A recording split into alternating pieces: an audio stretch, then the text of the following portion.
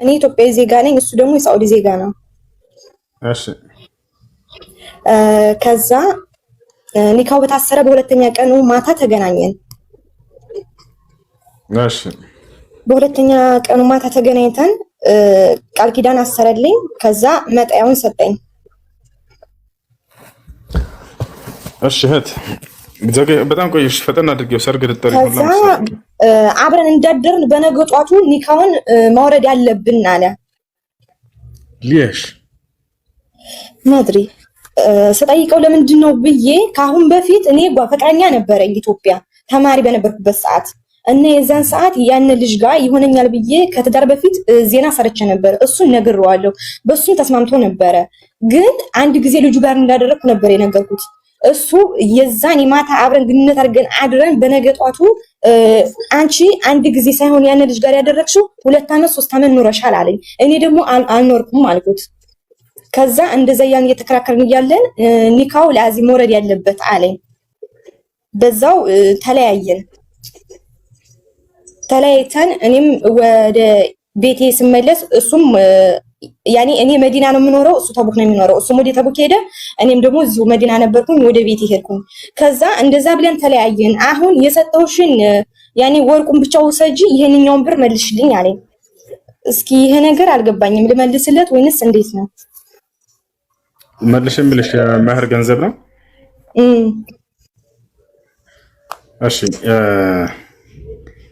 አምኖበት ስለሆነ ይሄን ነገር ነግረሽው አምኖበት ከገባ በኋላ ፍቺ ቢፈታ ምንም የምትሰጪው ነገር አይኖርም፣ አይቻልም፣ አትሰጪው። ያኔ ገንዘቡ ሐላሊ ነው። ገንዘቡ ሐላልሽ ነው። ሹክራን፣ አመሰግናለሁ። እና ደግሞ የዛኔ በነገ ጧቱ እንደዛ መፈታት አለብን ለአዚም ነው ያለኝ። የዛን ሰዓት እንደዛ ሲለኝ ደግሞ እኔ ሀይድ ላይ ነበርኩኝ። ይሄ ነገር ይወርዳል ወይንስ ኒካው አይወርድም? በአንድ ቀን እንደተጋባችሁ ሀይደሆሽ ወይንስ ምንድን ነው ነገር? አብረን አድረን በነገ ጧቱ። እሺ ሀይድ ላይ መሆንሽን እያወቀ ነው የፈታሽ ወይንስ አያውቅም ነበር? አይ አላወቀም፣ እኔም አላወኩም ነበር። ከዛ በኋላ ነው ያወኩት። እንደዛ ከሆነ ኒካው ይወርዳል። ባልና ሚስት ባልየው ሚስቱ ሀይድ ላይ መሆኗን እያወቀ ቢፈታት ኒካው አይወርድም። ነገር ግን ለአዚም ተረጋቢ እንጂ ቀስ በይ። ሀይድ ላይ መሆኗን እያወቀ ባልየው ቢፈታ ኒካው አይወርድም። ልብ በሉ። ነገር ግን ከፈታት በኋላስ ከሆነ ሀይድ ላይ መሆኗን ያወቀው ወይንም ያወቀችው ልብ በሉ፣ የዛኔ ይወርዳል። ሼክ አብዱልዓዚዝ ብን ባዝ ታላቁ ዓሊም በዚህ መንገድ እንደሱ ብሎ ፈትዋ ሰጥተዋል። ሰላም። ይህን ፈትዋ የሰጡት ሼክ አብዱልዓዚዝ ብን ባዝ ከራሳቸው ሳይሆን ከነቢዩ ሰለላሁ ዐለይሂ ወሰለም ነው። ልብ በሉ፣ ሀይድ ላይ ሆኗ መፍታት ያወርዳል አይወርድም የሚለውን ያንን ሲናገሩ ማለት ነው። በነቢያችን ሰለላሁ ዐለይሂ ወሰለም ጊዜ አብዱላህ ብን ዑመር የተባለ ታላቁ ሰሃባ ሚስቱን ይፈታታል ሀይድ ላይ መሆኗን እያወቀ። ከዚያ በኋላ የአብዱላህ ብን ዑመር አባት ዑመር ብን አልኸጣብ ወደ ነብዩ ሰለላሁ ዐለይሂ ወሰለም ጋር መጣና ጠየቃቸው። ያ ረሱለላህ ኢነ ብኒ ዓብደላህ ጠለቀ እምረአተሁ ወሂየ ሓኢድ ፈገዲበ ነቢዩ ሰለላሁ ዐለይሂ ወሰለም ወቃለ ለሁ እዕቲኒ ቢህ ፈጃአ አብዱላህ ብን ዑመር ፈቃለ ለሁ ነቢዩ ሰለላሁ ዐለይሂ ወሰለም رجعها وأمسكها عندك ثم انتظر حتى تطهر وبعد طهارتها إن شئت أمسكتها وإن شئت طلقتها له. متنا عمر بن الخطاب ولا النبي صلى الله عليه وسلم قال أنت يا الله ملك تنجاوي لجي عبد الله مستون بحيد لي مهون يوقف فتات الناني كاو يوردال وي بلو طيقاتش كزيان بوهالا نبياتنا صلى الله عليه وسلم ተቆጡ። ለምን እንደተቆጡ ታውቃላችሁ? ነብዩ ሰለላሁ ዐለይሂ ወሰለም መቼ ነው የሚቆጡት? የአላህ ህግ ሲጣስ ጊዜ። ኦኬ፣ የአላህ ህግ የጣሰ ሰው ላይ ይቆጣሉ ማለት ነው? ለሁለት ይከፈላል። እያወቀ ሆን ብሎ የአላህን ህግ የሚጥስና በስህተት ሳያውቅ የአላህን ህግ የሚጥስ አለ። በስህተት ያጠፋው ላይ አይቆጡም፣ ያስተምሩታል እንጂ። አንድ ባል ሚስቱን ሀይድ ላይ መሆኗን እያወቀ መፍታት አይፈቀድለትም። በሀይድ ጊዜ አይፈቀድም። ይሄ የታወቀ ነው። ቢፈታት ኒካው ይወርዳል ወይ የሚለውን ሲጠየቁ ምን አሉ? ሀይድ ላይ መሆኗን እያወቀ ከሆነ የፈታው ኒካው አይወርድም አሉ። ሀይድ ላይ መሆኗን እያወቀ ከሆነ የፈታው ኒካው አይወርድም። ሀይድ ላይ መሆኗን ያወቀው ከፈታት በኋላ እስከሆነ የዛኔ ኒካው ይወርዳል። ልክ ያንቺና የባልሽ ለምሳሌ ይወርሻል። ሀይድ ላይ መሆንሽ ያወቀው ከፈታሽ በኋላ ነው። ስለዚህ ኒካው ይወርዳል ማለት ነው።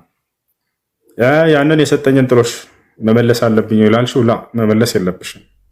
ምክንያቱም ፍቺው ከእርሱ ነው የመጣው። ባል ሚስቱን ቢፈታ የሰጠውሽን ጥሎሽ አምጪ ማለት አይችልም።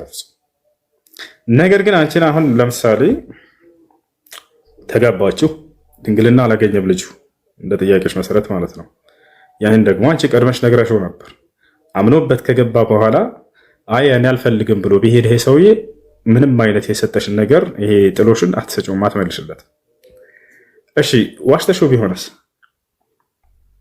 ዋሽታው ቢሆን ለምሳሌ ድንግል ያልሆነችውን ድንግል ነኝ ብላ ዋሸችው ይችላል። እሺ በተፈጥሮ የሌላት ከሆነ ያ ሊያልፋት ነው የሚገባው። ወይንም ደግሞ ህፃኑና ተደፍራ ከሆነ ሊሆን ይችላል። ገብታችኋል አይደል? አሳማኝ የሆነ ምክንያት በእንዲህ አይነት ነገራቶች ከሆነ የዛኔ በፍጹም በዚያ ሊይዛት አይገባም፣ ሊያልፋት ነው የሚገባው። ነገር ግን አውቃ ላይፏን ቀሽታ ዋሽታውና አጭበርብራው ከሆነች ልጅ ያንን ነገር እንትን ያለችው ብሮ ቢቀድርህ አልቀድርህ እጧ ይላል ቁርአኑ ማለት ነው። ለመሰለ ከአቅም በላይ መንጠራራት ጅማት መበጠስ ነው እንደማለት ነው። አሁን ይሄ አይ ቲንክ እንትን ነው። አልገባህም አንተ አካሄዱ የቱ ጋር ነው እንደሱ የሚለው ቁርአን? ቢቀድርህ ወቀድርህ እጧ በትክክለኛው መንገድ የምትሄድ ከሆነ አንተና እኔ መወያየት እንችላለን። የቱ ጋር ነው ቢቀድርህ ወቀድርህ እጧ የሚለው ቁርአን ላይ? አዎ ይኸውልህ ካላስወረድከኝ ነው የምልህ። ካላስወረድከኝ በስነ ስርዓት ካወራን አንተና እኔ እያንዳንዱ ነገር አስረዳሃለሁኝ። ስለአንተ ስለራሱ ማለት ነው። እያንዳንዱ ነገር ማስረጃ ጠየቀኝ አይደለ? የቱ ጋር ነው አንቺ አስተምርሃለሁ ስለራስህ ማለት ነው። ዮሐንስ ወንጌል ምዕራፍ 2 ከቁጥር 1 ጀምሮ ኢየሱስ ክርስቶስ የቱ ጋር ነው እናቱን አንቺ የሚላት ብለህ ጠየቀኝ። ማስረጃ ስጠኝ አልኩህ። ማስረጃ ሰጠሁህ። አንብበው።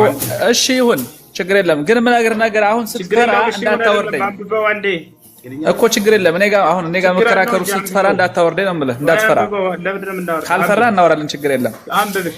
አም ዲፌንስ ዮሐንስ ወንጌል ምዕራፍ 2 ከቁጥር 1 ጀምረህ አንብበው። እኔ ማስረጃ አምጣ ስላልከኝ ሰጠህ።